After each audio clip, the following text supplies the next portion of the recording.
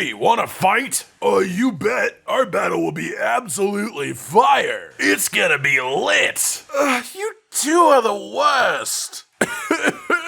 How can you say that? I didn't mean, like, literally. Of course you did. You think we are the worst monsters in the series. No, I just don't like bad puns. Ladies, gentlemen, and monsters of all ages, when it comes to the monsters, the Monster Hunter series is something extremely impressive. Time after time, game after game, new monsters are added, and every one of them is a fantastic creature. A fine addition to the roster with an enjoyable fight and understandable lore and ecology. The developer team makes careful effort to make each and every monster actually just fit in, and it's very noticeable. But, well, even diamonds have grades between them, and you can categorically say that some diamonds are just way worse than others just purely based on facts, and the same must be said for monsters. So today I'm going to give you my personal list of the top 10 worst monsters in the entire series. That said, there are two things that I have to make clear before we begin.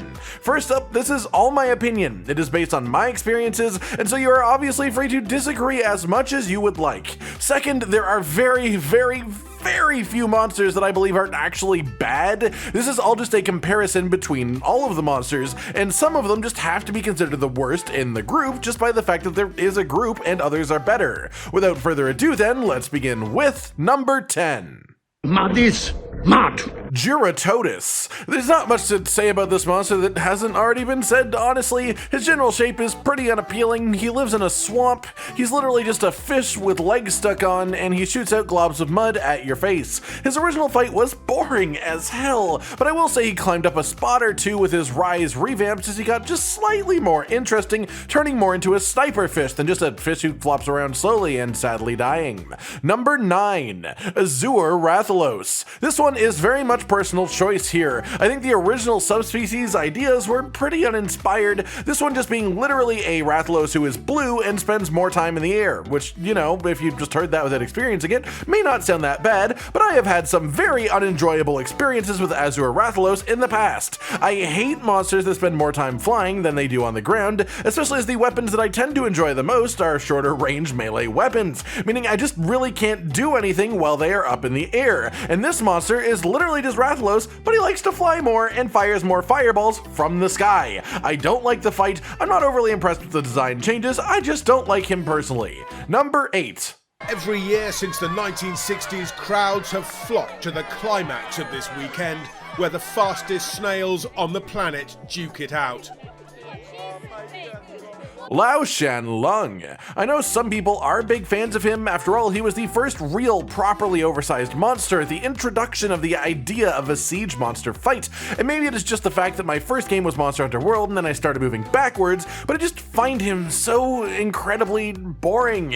As I said the first time that I saw him, his design to me just looks like an old man Rathalos who lost his wings, and as for the fight, well, it's hard for me to describe it as a fight really, because we, the hunters, of course, are fighting, and he is just moving. He's walking forwards, sometimes he's on 2 legs, sometimes he's on 4 legs, and very occasionally he'll get annoyed and give you an angry glare. The entire quest is just you trying to stop him from getting to an outpost because, well, he's big enough that he can just walk through it and destroy everything with minimal effort. And as it turns out, the whole reason for this happening in the first place is that he's running from Vitalis, which is cool, you know, lore-wise, that's pretty interesting, but I just can't take any of the actual quests that we are part of all that seriously. I hope they do bring him back one day and change him up a fair bit, but for now I have to base this entirely around his older quests, which, well, I absolutely stand by my reasoning on. Number 7. Beatotus. The second Piscine Wyvern on this list so far. I feel sort of bad for this one because I do think that he's a decent monster, at least as far as the Piscine Wyverns go, but he just really isn't interesting at all. His visual design is probably my favorite out of this classification of monsters, however, his fight is just extremely boring. Yes, he is one of the opening monsters of Iceborne, so they couldn't make him overcomplicated, but I think it says a lot that I think his fight is actually worse than Juratotus, at least after the Mudfish's return in Rise. This monster is sort of held back by his position within the game that he was added, but that said, it's worth noting that there are quite a few early game monsters that are not on this list, so clearly being an early monster just doesn't immediately make you one of the worst. It just makes it more likely that you won't have a whole lot going on under the hood. Number 6. Raptor Dromes. This is a category that I've made to include a bit of a grouping grouping of monsters that I consider to be just extremely boring. I do want to specify that this group does not include Great Azuchi from Rise, I think he is actually quite neat, and it definitely doesn't include Great Macau from Generations, so I think it might be the best first monster in any Monster Hunter game to date, nor does it include the 5th generation raptors who were middling at worst, but it does include pretty much every other raptor that's ever been in the series. None of their designs are particularly interesting to me, and their fights are all about as bare bones as it gets. They've got claw slashes, they've got bites, and some of them have globs of their respective status or element that they shoot out on occasion. Oh yeah, and they spin. These are incredibly early game monsters, and they are essentially the training wheels of Monster Hunter, but they just aren't great to me, especially when we do have some actually quite interesting beginner monsters in other places within the series. Number 5.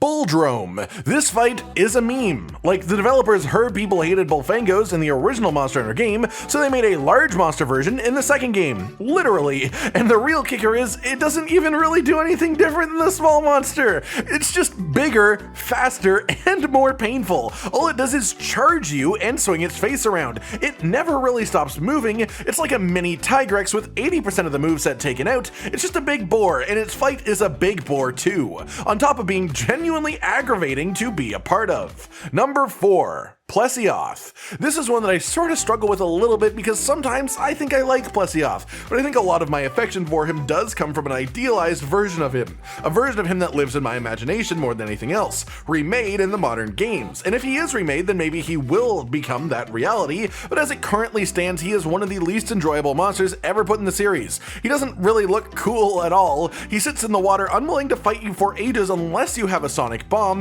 His moveset is annoying as hell unless you're wielding a ranged weapon. You just have to stand right up next to his legs in the middle of his body to hit him because he is just too tall to hit anywhere else reliably. And then once you're there, his main attacks are hip checks that are near impossible to run away from that angle, and the hitboxes are what they are, and tail spins, which have one of the other silliest hitboxes in the entire series. On top of that, he fires beams of water just because he can, and they also felt the need to give him a bite that applies sleep, just to make him that little tiny bit more annoying. I really think that this monster has potential if he were remade, but judging his original version, he's just so aggravating that I had to give him a decently good spot on this list.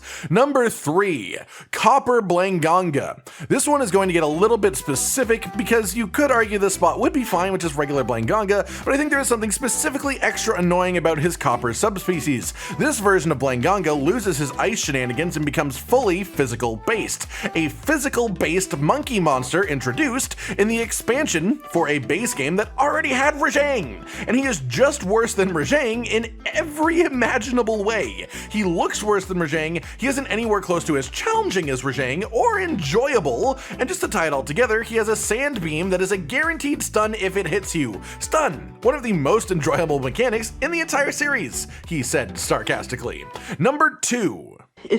Is it dead? Gypsaros. This is a monster that I can't see anyone being actually genuinely happy to have show up in a game. Its visuals are just Yonkut-ku, but made of rubber for some reason, because, you know, we all wanted a rubber chicken. It has a tail that extends in a creepy way just for fun. It steals your items mid-combat, which is of course everyone's favorite mechanic. It's always enjoyable when you lose a max potion, of course, who doesn't love that? It can flash you, which is just a guaranteed stun. It applies poison constantly, which is just, you know, more fun having your health chipped away at, especially when it can steal your antidotes from your pouch. And as if all of that wasn't enough, just when you thought you killed it, when it falls over and ragdolls onto the floor like an empty pile of flesh, it's faking it, even letting you start carving its living body. And not only is it faking it, it's trying to trick you into falling for what I guess you could call its super move, where it flails violently trying to kill you after lying there playing possum for ages.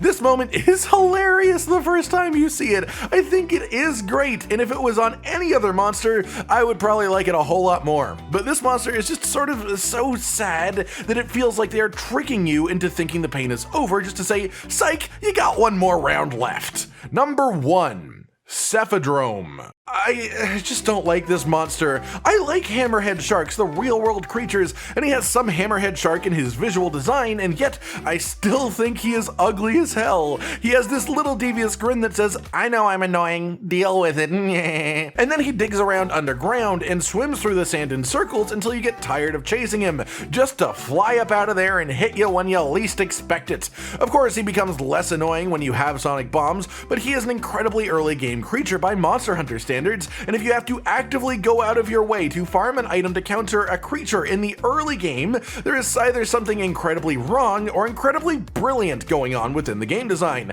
and there is no world in which I would call Cephadrome brilliant. His moveset is simple in a way where every attack is just annoying and doesn't really surprise you a whole lot, and he is one of the few monsters that I think Monster Hunter wouldn't actually be worse if we didn't have around. Even Gypsyros I can absolutely make an argument for just because he has some unique mechanics. He introduced Flash to the series, he introduced the thievery concept, and he is still the only monster to play dead. Cephadrome, he's a fish. And he is the worst of the fish, and in my opinion, the worst monster in all of Monster Hunter. That's it, everyone. My personal list of the 10 worst monsters in the series. What do you think? Do you agree with the monsters that I chose and the positions that I put them in? Feel free to defend them if you think that they deserve it, or even to suggest other monsters you think are worse than these 10. I'm always interested in these discussions because, well, they tend to show a bit more of your own personal opinions on the series, rather than just having a simple defined answer. Like if you like the video, subscribe and hit the notification bell for more, and most importantly, ladies and gentlemen, until next time, stay sweet. Josh, Cotton, and Hollow with the videos, dropping the humor like a hammer on your tippy toes, bringing entertainment on a daily arrangement to take our insanity and turn it into entertainment. Yes, I said entertainment twice, to reiterate that it is nice to look into your faces on a mostly daily basis when you let us in your homes to make the whole world a stage. Goodbye.